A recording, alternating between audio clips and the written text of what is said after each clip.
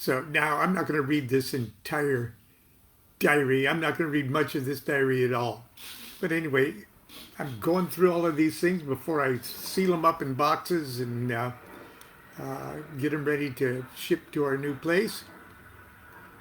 And this is number 6, okay, in the series. Uh, it was during my neophyte year, and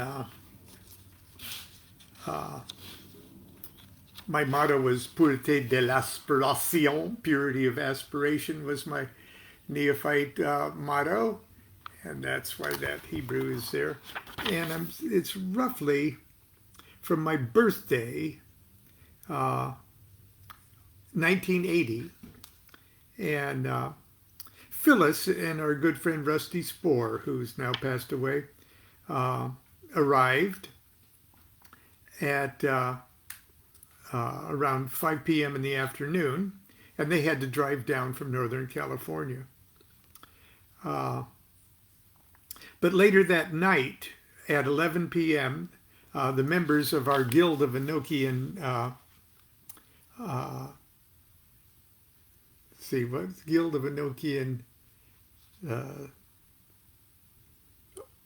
Yes, Guild of, well, anyway, it was goats. It was our guild of, we had guilds in our lodge of different things. Oh, Guild of Advanced Thought. Okay.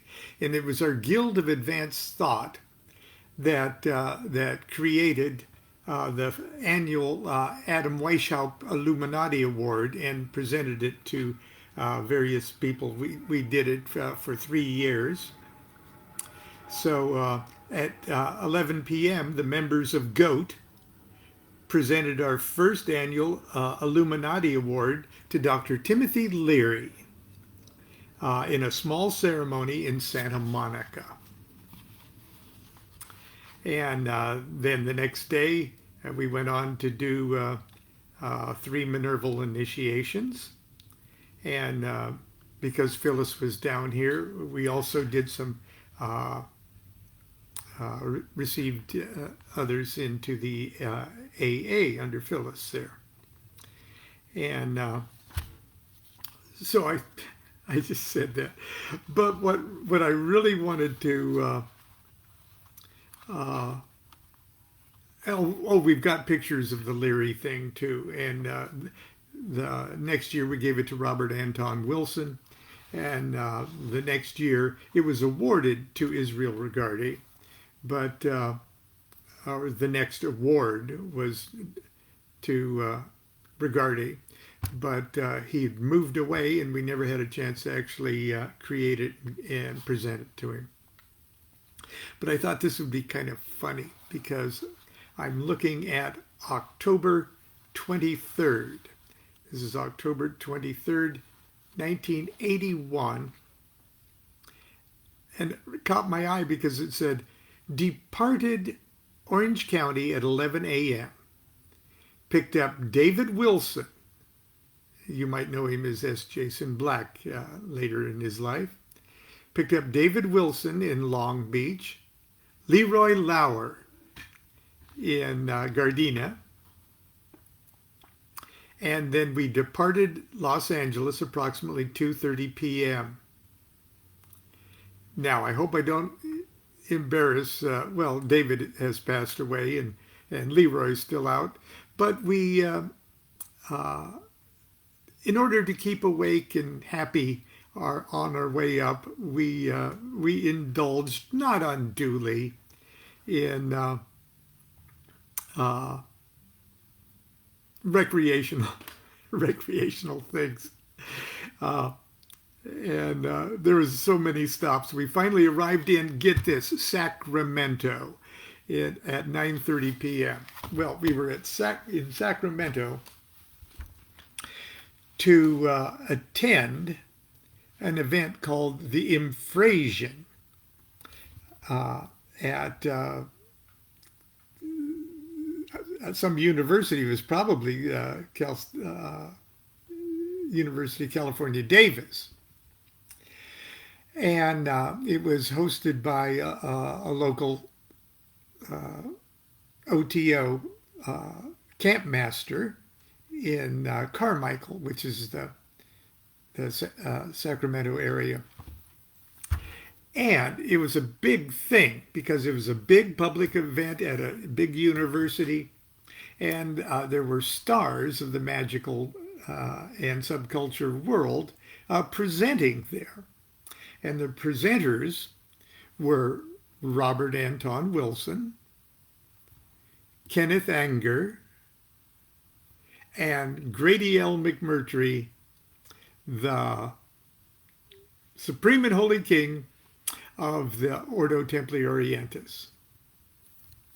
So it was a big, big thing. And but it was such a crazy event, and Leroy, I'm sure, will vouch for the fact that Kenneth Anger showed his films at a real live theater, and we also he also presented at the university, and so did Robert Anton Wilson, who was just marvelous, and we all stayed. Grady, me, Leroy, David, we all stayed in one big house in Carmichael or Sacramento with Kenneth Anger, Robert Anton Wilson, and Grady McMurtry. We're all sitting around the table at the same time, and that's where we got to know Robert Anton Wilson to give him that award and such. But anyway, we all misbehaved terribly. And Grady, in those days, was a very heavy drinker. Just beer, but lots of it at the time, and sometimes brandy. And we all wanted him to put a good foot forward at this event. And during his slide presentation, it was a bit of a comedy of errors and full of slapstick and everything else. And he was all dressed in his regalia and everything else. And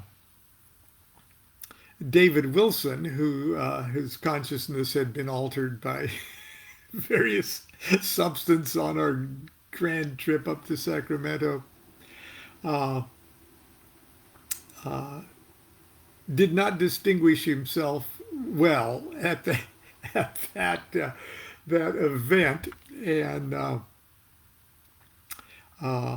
it was very memorable. Leroy shaved his arms at the theater and all sorts of different other things. I hope I'm not embarrassing everybody, because we were young and crazy and wild and crazy, and it was wonderfully memorable. We made great friends and contacts and everything else. Okay, enough of that. I'm getting off my diaries. I'm going to put this diaries back into this bin. I'm going to do a magical ceremony for you today. It's very simple, and it's something that you can do yourself. Look, the universe is operating perfectly. Okay, the universe is doing just fine. Okay, it's us that screwed up. Universe is fine, but my perception of the universe is totally up. So, this perfect universe that we're trying to see with our hopelessly inadequate powers of perception, the universe, the perfect universe, is like a deck of tarot cards that is completely in order. Okay? Now, the tarot is constructed along classic, fundamental Kabbalistic lines. Okay, 78 cards, 22 of those are the trumps. Got four suits. Within each of those 4 suits, that's 4 court cards. And the suits are aces through 10s. Just like a tree of life. 4 trees of life inside that lesser arcana. Those 78 cards, when they're in order, and many tarot decks, when you buy them, are pretty much in perfect order. And the idea being, when the deck is in order, it's a perfect reflection of the well-oiled machine of consciousness that is the universal consciousness, the singularity, the smooth point, Kether. Now, as all magic deals with allegories and metaphors, and working with magical tools is just a way of working with inner forces, inner tools, inner weapons, but you do it outwardly, okay? Wands, cups, swords, and discs are the weapons of the magician, and we use the wand, but we're really using our will. Okay, the will is an abstract part of the situation, but the wand is a concrete representative of that will. My point is, there's very little we can do every day of our lives that puts everything in order. That all of the screwed up parts of our lives, one little thing can be put in perfect order.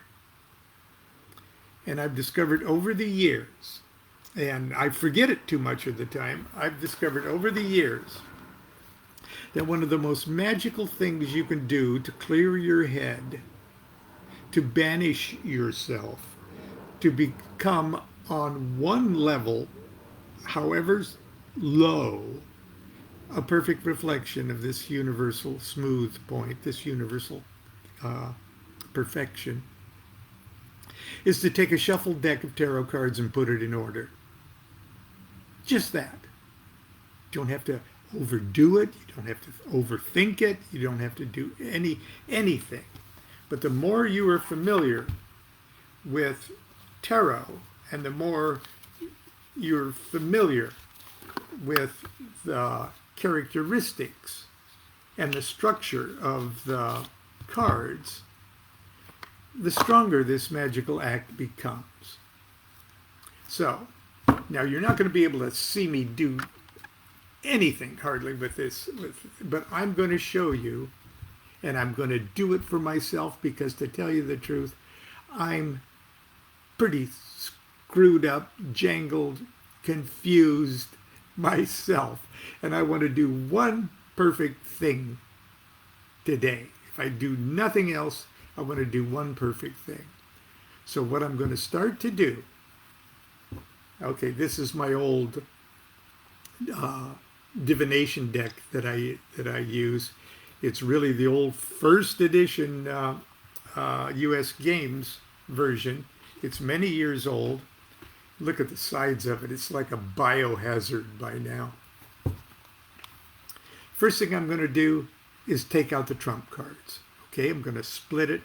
So if you will just be patient. There's the Magus. There's the Hermit. There's Death. There's Art.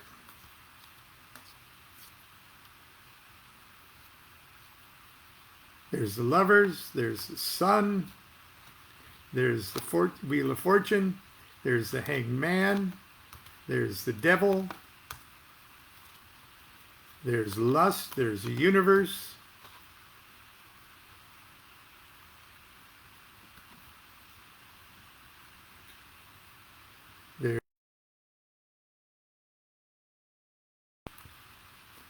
There's the Fool. Here's the Moon, Empress, Hierophant,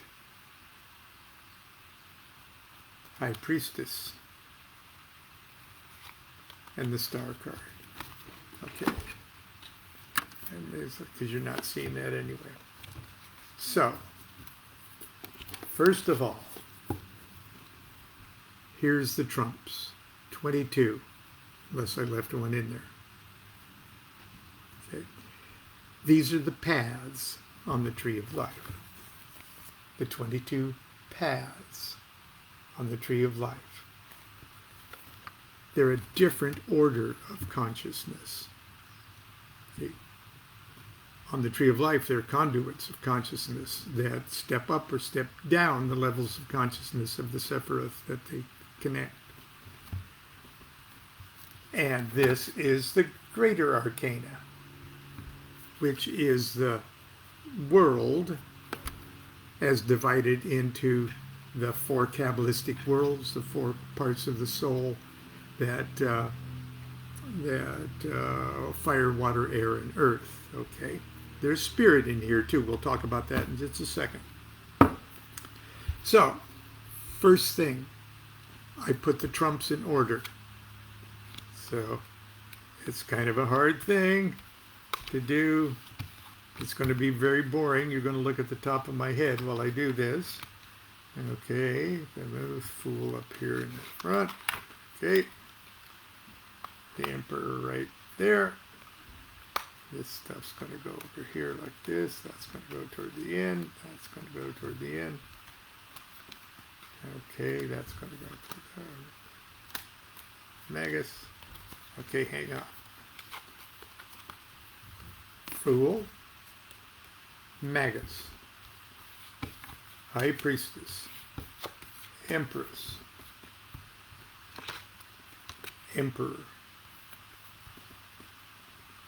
Okay, I'm trying to find the Hierophant. There he is. Lovers.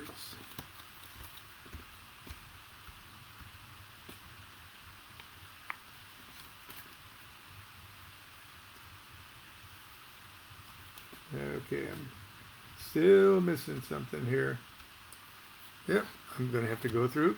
Hang on. Talk amongst yourselves, everyone.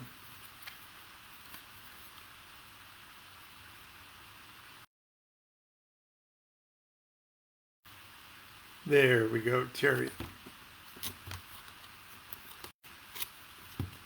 Hermit. The Fortune.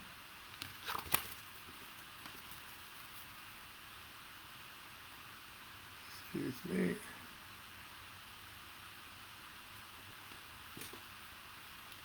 I'm going to do it this way so I can do this.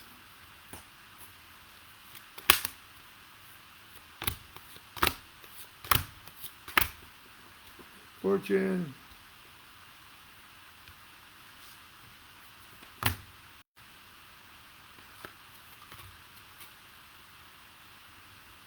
Okay, 8, 9, 10. Okay, Wheel of Fortune. There. Okay, Hangman. Death. Heart.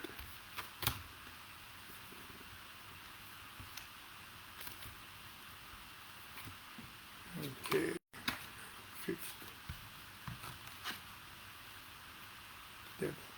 Devil. Tower.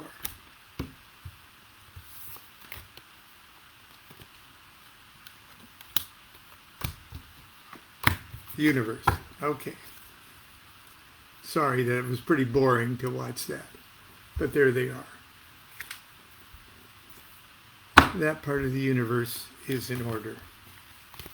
Then I'm going to take the Lesser Arcana and I'm just going to deal them out by suits.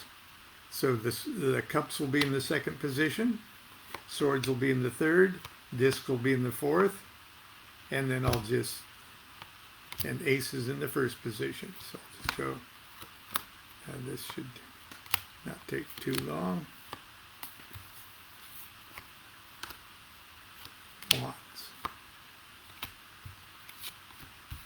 cups, discs, cups, swords,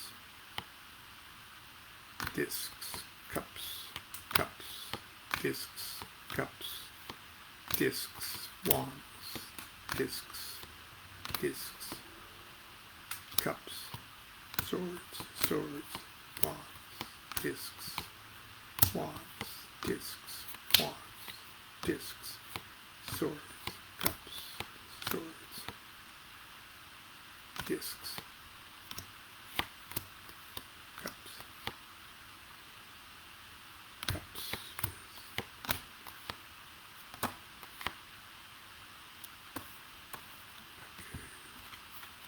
swords, swords, wands, cups, wands, cups, wands, swords, swords, cups, discs,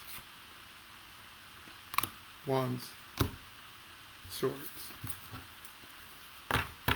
Okay, now I'm not going to put you through ordering all of these, but I will use as my example the wands.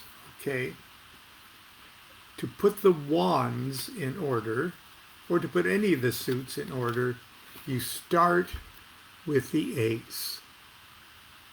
All the other small cards of the suit of wands live inside that ace. So all the court cards and the small cards, 2s through 10s, all live inside that ace. It's a big thing. That's the entire elemental tablet of Enochian elemental tablet of fire. Okay. Next in order are the 4 court cards, and they go in order: fire, water, air, and earth. Now, knights are the fiery part of their suits. So the Knight of Wands would be fire. There's a nice fire of fire. So there he goes. But the Queen of Wands would be water of fire. She'd go right there. Then the Prince of Wands would be air of fire. So he would go right there. And then the Princess would be earth. And those tattva symbols, if you don't want to intellectually know what these things are, just scry into the tattva symbols and get your own vision of what the hell these things mean. So there's the ace and the 4 court cards. In order: the Knight, Queen, Prince, and Princess. Finally, the 2s through 10s are placed in simple order. Let's see, 4, there's 8, 9, 7, 6, 5, 4, 3, 2, and then 10 at the back. Then the small cards, 2 through 10. You do the same thing with the cups and the swords and the discs. And when it's all said and done, you put them all together like a nice little perfect block of flats with all the tenants in the building right where they should be. And all the spirits that each of those cards not only represent, but all those spirits which inhabit each one of those cards are in perfect order. Now in the universe freed from our limited powers of perception, is already operating like that. And when you put that the entire deck together like that, it becomes the perfect reflection of that perfection. In the same way that King Solomon's temple was supposedly created and designed to reflect the cosmic proportions of the universe.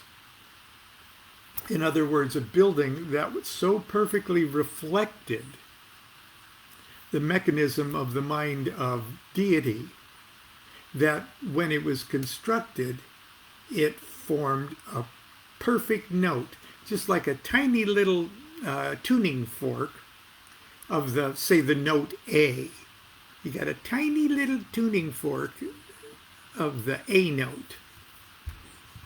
Big high octave of the A note with a little tiny one. But there's a huge universal A note. We might even call that the Om note, okay? And it's already vibrating perfectly. That Temple of Solomon the King, mythological Temple of Solomon the King, was the perfect creation of that tiny tuning fork. And when it's perfectly constructed, it automatically resonates to that perfect, huge God note. Does that make sense? And when you put your tarot deck together, you put a shuffled tarot deck together in perfect order, it creates that little tuning fork. And it vibrates with the big tuning fork, the big divine tuning fork, of which we, if we really strip away all the shit that we're not, we are that small tuning fork ourselves. And the simple act of ordering a tarot deck is a ceremonial magic act causing you in your own brain to organize all of this stuff. And it can't help but give you a nice shot of universal kinship with the divine. Anyway, I've spoken too much and rambled on enough. I'm going to finish making sure everything's in perfect order, but I'm not going to make you sit through it this morning. Tomorrow we'll pick it up again. Somehow or other we'll have some fun tomorrow at the same time. So, continue to be good to yourself and be good to each other. Do what thou wilt shall be the whole of the law. Love is the law, love under will.